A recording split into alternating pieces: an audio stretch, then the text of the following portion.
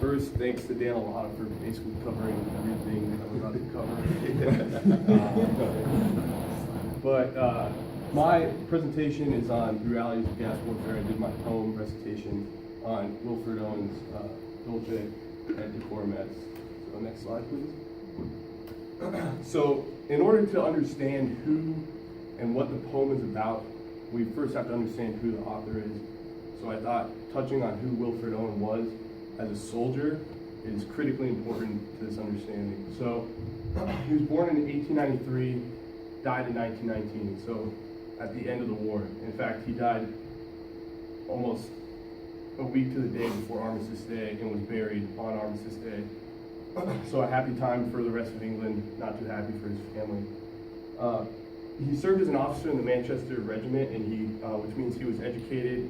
He grew up, he actually studied poetry while he was younger. And then during the war, he was diagnosed with shell shock.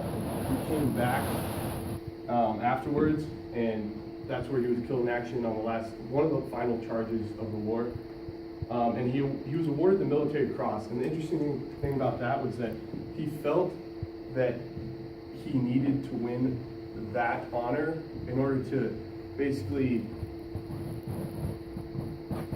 what's the word I'm looking for? Basically, right, yeah, so give himself credibility in his poetry. And it's interesting because most of the time he's, like Dan said, he's bashing what England's saying and like how they're presenting the war. But I think he felt that if he couldn't die or if he couldn't do something valiant, his poetry meant nothing. It was just words on a piece of paper. So next slide, please. So I broke it down into 3 main sections of his poem. Basically, the first section, the first stanza, which is exhaustion, and then the second one is his realization that he's undergoing a gas attack, and then the third one is the reality of what's actually happening. So next slide, please. So first, exhaustion. So I just took a little bit of the end. It's of the end of the first stanza, and it says, "Drunk with fatigue, deafening in the boots of 5.9s that drop behind." So a 5.9 is basically an artillery shell. I don't know if it was specifically for gas warfare. I don't know if it was. It doesn't actually matter, because if you're not hearing artillery shells dropping behind you, something's wrong. It's critically important to understand that. And the whole first stanza is just about how tired the soldiers were and how nothing really affected them, and all they were concerned about was reaching that final rest where they could just relax for a minute, which never actually came. Next slide, please. So next, probably one of the most important parts of the poem, the realization that they're undergoing a gas attack.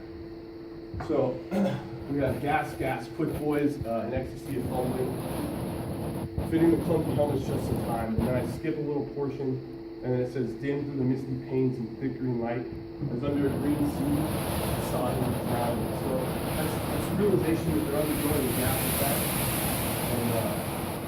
And the fact that his friend was suspect to it, so that he failed to basically put on the correct apparel to save his life. And it flows into the reality portion, which is the next slide, please. So reality. We have basically reality hits him, and he comes back to what he's seeing.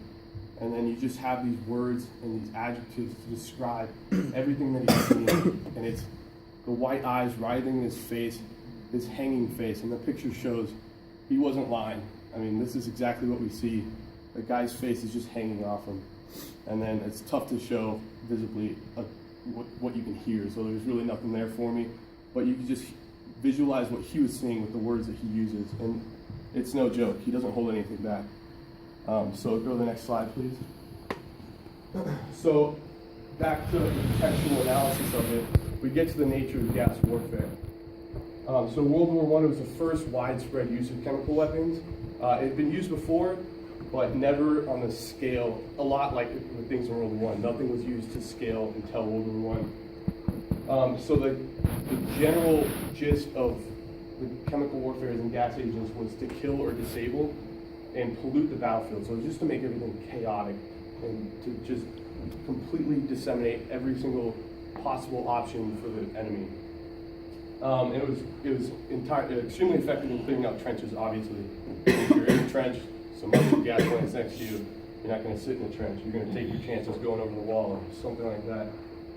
Used as artillery, so the bottom picture shows how they basically just lined them up and shot them over. And both sides were doing it. It wasn't just the Allies, it wasn't just the Axis forces, it was both sides.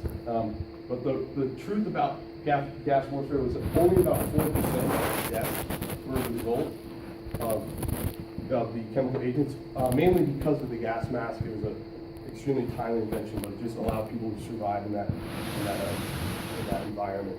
So what I'm getting at is that if gas agents aren't that deadly, what made them so scary for everyone else? And I mean, what's the difference between an artillery shell landing right next to you and blowing you up? Well, I mean, an artillery shell lands next to you, blows you up, you don't have time to think about it. When there's gas all around you, that's all you can think about. And as Wilfred Owen says, when you see your friend drowning, writhing, and his face is just hanging there, the psychological aspect of this was just absolutely critical and changed the war. And the long-term impacts with what they call shell shock and PTSD is what we call it now, actually it's PTS. It was just, that was the main point of what chemical warfare did. So next slide, please. And as I said, it was banned in the Hague Convention, and this is what caused full injuries, right? Hanging face. And then it was difficult to heal the wounds over time, so we get to the PTS aspect of the beginning. Next slide, please. And the old lie, and I'm going to use the next 3 images to kind of drive the point home. He talks about the incurable sores on someone's tongue, and you can see his tongue. He barely has it anymore. It's so swollen. It's just unbelievable. Next slide, please. I don't know why they took this picture, but it's just it doesn't have words for it. But I mean, I put these pictures up here for no other reason than to just show you guys what he was seeing, and this is after the fact for the most part. This isn't even in real time. So next slide. This is the final picture. This guy just has burns all over his body, and he just looks like he's in pain, unbelievable pain. And it's the old lie. There's nothing sweet and right about this. And that's, I think, the point that Wilfred Owen meant to drive home. And that's it. Any questions?